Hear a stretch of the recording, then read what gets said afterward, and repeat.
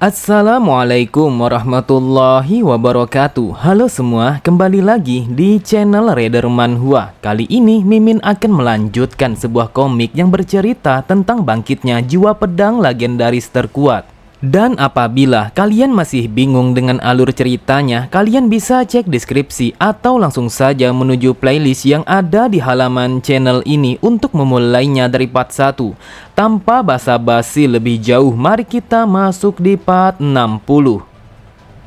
Cerita dimulai setelah bertemu Guak Yungjik. Wonwi berpikir, dasar sialan, entah kenapa aku bertemu dengan sang pedang bintang utara di tempat yang seperti ini.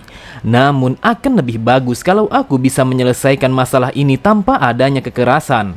Akan tetapi dengan adanya suara pedang Blood Demon yang dipenuhi oleh kebencian, aku pun hampir tidak bisa memahami dengan apa yang diucapkan oleh sang master. Kemudian Wonwi pun meningkatkan energi Ki-nya, lalu ia memfokuskan pikirannya untuk menghilangkan suara pedang yang bergema di kepalanya. Pada sisi yang lain, tepat di dalam sarung pedang Wonwi, sambil memperhatikan pedang Blood Demon, Iron berkata, "Dasar sialan, aku sama sekali tidak bisa menikmati waktuku yang sangat berharga ini karena pedang ini selalu saja mengatakan kata-kata yang begitu mengerikan." Rasanya sangatlah aneh karena dia telah dipenuhi oleh kebencian dan juga rasa haus darah. Jadi apakah suara ini memang benar berasal dari pikiran sebuah pedang? Namun tiba-tiba saja Iron sangatlah terkejut ketika ia melihat semua jimat yang menyegel pedang itu telah terbakar. Dan di saat yang bersamaan terdengar suara yang berkata, "Setelah sekian lama, akhirnya rantai penjara ini telah melemah." Dan itu adalah sebuah suara yang sangat berbeda dari teriakan pembunuhan yang sama sekali tidak ada habisnya. Seketika itu juga Iron pun berteriak untuk memberitahu Wonwi kalau segel pedang itu telah terbakar dengan sendirinya. Akan tetapi suaranya sama sekali tidak terdengar oleh Wonwi karena di saat itu Wonwi telah menyegel semua suara pedang yang ada di kepalanya. Kemudian Wonwi berkata, "Aku berada di tempat ini karena aku telah diperintahkan oleh sang penyiasat untuk mengejar orang-orang yang mencurigakan." Mendengar perkataan Wonwi, Yungjik berkata, "Hal ini sangatlah aneh. Aku telah melihatmu berbaur di antara keramaian yang seolah-olah kalau kau mencoba untuk menyembunyikan dirimu sendiri. Jadi, aku bertanya, untuk apa kau melakukan itu?" Tepat di belakangnya, Jo Sung Won berbisik, "Aku rasa kalau pertemuan ini bukanlah sebuah kebetulan dan dia sudah pasti telah mengikuti kita sejak dari awal." Wonwi bergumam, "Entah kenapa aku tidak bisa merasakan kehadirannya meskipun aku telah meningkatkan indraku sampai batasan yang paling maksimal. Aku rasa inilah sebabnya mengapa Guak Yungjik sangat sering dibandingkan dengan Grandmaster Ho Jangdai." Lalu sambil menunjuk, Yungjik berkata, "Sampai saat ini aku masih percaya kepadamu. Jadi kenapa kau tidak membantuku untuk menjaga kepercayaan ini? Wonwi, dengarkan aku baik-baik agar aku lebih percaya kepadamu. Maka serahkan sarung pedangmu sekarang juga kepadaku dan aku akan memeriksanya." Mendengar perkataan Yungjik, Wonwi langsung terdiam. Ia bergumam, "Aku sama sekali tidak menyangka kalau tebakannya sangatlah akurat. Dan ini adalah sarung khusus yang telah dirancang untuk menyimpan pedang Blood Demon yang telah kami dapatkan." Yungjik kembali berkata, "Mungkin saja kalau ini terdengar sangat aneh, tetapi yang aku lihat kalau sarung pedangmu jauh lebih besar daripada bilah pedangmu sendiri. Dan aku yakin kalau sarung itu telah menyimpan bilah pedang yang lainnya." Wonwi pun bergumam, "Dasar sialan, dia masih saja menaruh curiga kepadaku. Jadi bagaimana aku harus meyakinkan orang ini?"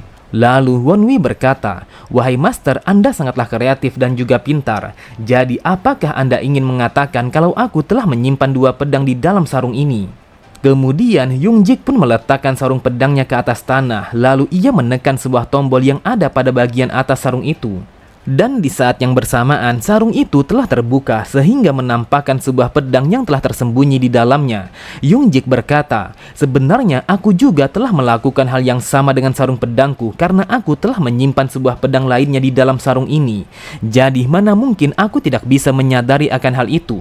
Akan tetapi Yungjik sangatlah terkejut dengan apa yang dilihat oleh kedua matanya. Lalu Yungjik berkata, "Aku tidak menduga kalau ini akan menjadi sebuah tragedi. Siapa yang menyangka kalau mata-mata yang dikirim langsung oleh kultus Blood adalah sang penerus dari Grandmaster Ho Jangdai?" Memang benar adanya, di saat itu Wonwi telah mengacungkan bilah pedangnya kepada Yungjik yang menandakan kalau dia telah menolak untuk menyerahkan sarung pedangnya. Lalu Wonwi bergumam, hanya ada dua pilihan yang bisa aku pilih saat ini, yaitu melarikan diri ataupun bertarung sampai mati. Yungjik kembali berkata, jujur saja aku tidak ingin situasinya menjadi seperti ini.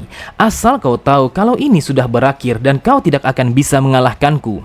Jadi kenapa kau tidak menyerah saja? Tepat di belakangnya terlihat beberapa orang lainnya telah datang ke tempat itu dengan pergerakan yang sangat cepat. Mereka adalah Jamyung dan juga orang-orang yang telah mengikuti kompetisi aliansi Murim. Dan salah satu dari mereka berkata, dasar bajingan, sudah aku duga kalau bajingan itu adalah seorang mata-mata. Namun pada sisi yang lain, dengan tatapan mata yang tajam, Mayung langsung melompat untuk menghadang pergerakan mereka. Dan di saat itu terjadilah sebuah pertarungan 2 lawan 4 antara pasukan Wonwi dan juga orang-orang yang dibawa oleh Yungjik. Lalu Yungjik berkata, aku sama sekali tidak bisa mengabaikan situasi ini karena aku adalah seseorang yang berjalan di jalan ortodok. Setelah mengatakan itu, ia pun menarik bilah pedangnya dan bersiap untuk memulai pertarungan melawan Wonwi. Yungjik kembali berkata, Wonwi, sebagai seniormu aku tidak akan menyerangmu lebih dulu, jadi seranglah sekarang juga.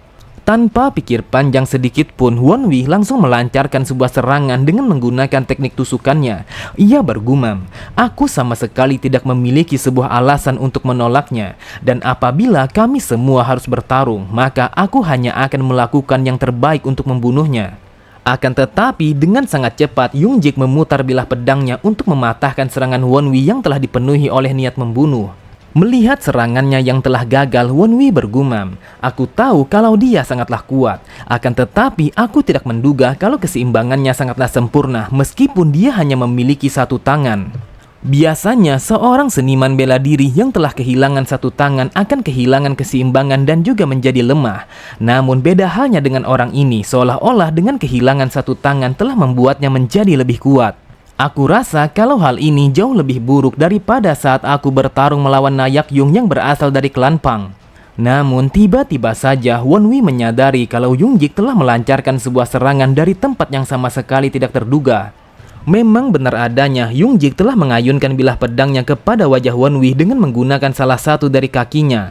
Bahkan di saat itu Wonwi sama sekali tidak mampu untuk menghindari serangan dadakan yang dilancarkan oleh Yungjik.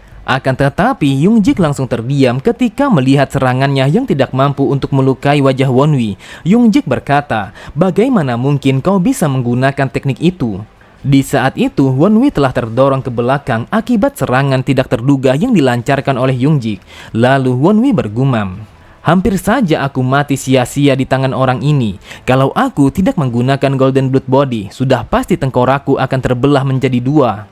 Terlebih lagi, alasan utama di balik bentuk bilah pedangnya yang begitu unik adalah agar ia bisa memutarnya dengan menggunakan kaki. Aku sama sekali belum pernah melihat seorang seniman bela diri yang mampu menggunakan sebuah teknik yang seperti ini. Dia mampu mengendalikan sebuah bilah pedang dengan menggunakan tangan dan juga kakinya. Jujur saja, aku tidak akan bisa menahan serangannya apabila ia menyerangku dengan menggunakan kedua pedang itu. Kemudian Yungjik menancapkan bilah pedangnya ke atas tanah, lalu ia berkata, Wonwi, kenapa kau tidak kembali saja kepada faksi ortodok? Mendengar itu, Wonwi sangatlah terkejut. Ia pun berpikir, aku sama sekali tidak menduga kalau dia akan mengatakan itu. Awalnya aku berpikir kalau dia akan menghentikanku dengan berbagai macam cara. Namun saat ini dia telah memperlakukanku sebagai sekutu daripada seorang lawan. Bahkan dia juga telah memberikan sebuah penawaran kepadaku. Yungjik kembali berkata, aku tidak akan bertanya bagaimana kau bisa bergabung bersama Kultus Blood. Akan tetapi jika orang sepertimu sampai bergabung bersama mereka, maka aku yakin kalau hal itu pastinya memiliki sebuah alasan. Wonwi, dengarkan aku baik-baik, hal ini masihlah belum terlambat. Jadi kembalilah sekarang juga sebelum kau tersesat lebih jauh di jalan yang mereka tempuh. Mendengar perkataan Yungjik, Wonwi bergumam, aku tidak menduga kalau dia masih percaya kepadaku. Dia percaya kalau aku adalah muridnya Grandmaster Hojangdai meskipun aku adalah seorang mata-mata. Mungkinkah kalau dia akan mencoba untuk membantuku apabila aku bisa bertemu dengannya sebelum aku mati pada kehidupanku yang sebelumnya? Dia sangat berbeda dari manusia sampah seperti Big Wihyang dan juga Mo Yongso. Buat Yungjik, dia adalah seseorang yang benar-benar berjalan di jalan ortodok, dan aku tidak ingin membunuhnya karena dia adalah seseorang yang sangat baik. Akan tetapi kalau aku tidak membunuhnya, maka aku akan dikenal sebagai pengkhianat bagi faksi ortodok. Dan apabila hal itu sampai terjadi, sudah pasti kalau adikku akan terkena dampaknya dari masalah ini. Yungjik kembali berkata, "Wonwi, aku bersumpah demi kehormatanku untuk melindungimu dan juga mereka yang sudah kau anggap sebagai saudara bela dirimu. Jadi, maukah kau percaya kepadaku?" Wonwi pun berkata, "Wahai Master, jujur saja aku sangat percaya kepadamu. Akan tetapi aku sama sekali tidak bisa percaya terhadap orang-orang yang bersembunyi di balik nama ortodok ketika mereka melakukan berbagai macam kejahatan.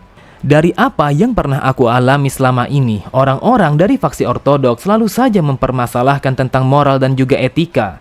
Seharusnya Anda mengetahui bahwa ada orang jahat yang berada pada faksi ortodok. Namun begitu juga sebaliknya, ada begitu banyak orang-orang baik yang berada di faksi unortodok. Jadi aku akan memilih untuk tetap bergabung bersama mereka." Mendengar jawaban Wonwi, Yungjik pun langsung menarik bilah pedangnya dari atas tanah. Lalu ia berkata, "Sepertinya kau memang memiliki sebuah alasan untuk tersesat bersama mereka. Dan juga aku merasa bahwa keputusanmu adalah untuk tetap bergabung bersama Kultus Blood." Kemudian Yungjik pun langsung memutar bilah pedangnya. Ia kembali berkata, "Wonwi, apa yang kau katakan memanglah benar. Dan juga kedua faksi itu bukanlah jawabannya. Bahkan mereka juga bukanlah hitam dan putih. Akan tetapi, Murim telah menilai seseorang hanya berdasarkan kelompok mana yang akan mereka pilih. Begitulah dunia Murim yang sebenarnya. Wonwi, tolong mengertilah, sebenarnya aku tidak ingin bertarung melawanmu. Akan tetapi, aku juga telah dibatasi oleh stigma yang seperti itu.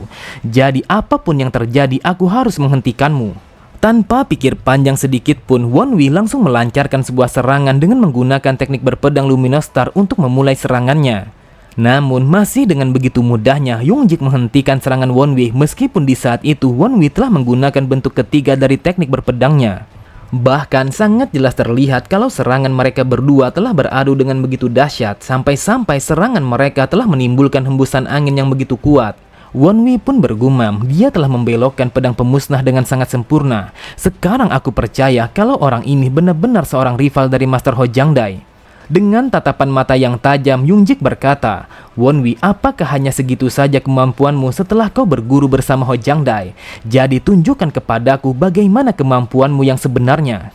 Di saat itu, Yungjik telah menari bersama kedua pedangnya untuk menekan Wonwi. Bahkan ia sama sekali tidak memberikan kesempatan kepada Wonwi untuk mengembangkan teknik berpedangnya, apalagi untuk melakukan serangan balik. Namun pada akhirnya Wonwi sama sekali tidak bisa menghindari serangan itu, sehingga putaran pedang itu telah memotong tali pengikat sarung pedang yang ia bawa. Seketika itu juga sarung pedang yang menyimpan pedang Blood Demon telah terlempar dari tubuhnya. Yungjik pun berkata, "Sudah aku duga kalau pedang Blood Demon telah kau sembunyikan di dalam sarung itu." Kemudian Yungjik pun langsung memberikan sebuah pukulan yang begitu telak kepada Wonwi untuk menjauhkannya dari pedang Blood Demon. Bahkan saking kuatnya pukulan itu, sampai-sampai Wonwi telah terdorong ke belakang dengan jarak yang cukup jauh. Wonwi berpikir, dasar sialan, sudah aku duga kalau aku tidak akan bisa melawannya dengan begitu mudah. Bahkan saat ini pedang Blood Demon telah jatuh ke tangannya. Dengan tatapan mata yang datar, Yungjik berkata, "Wonwi, pertarungan kita telah berakhir dan aku tidak akan bisa membiarkanmu untuk memiliki pedang Blood Demon ini." Oke semua, cukup sampai di sini dulu pembahasan alur cerita kita. Sampai jumpa di video selanjutnya. Wassalamualaikum warahmatullahi wabarakatuh.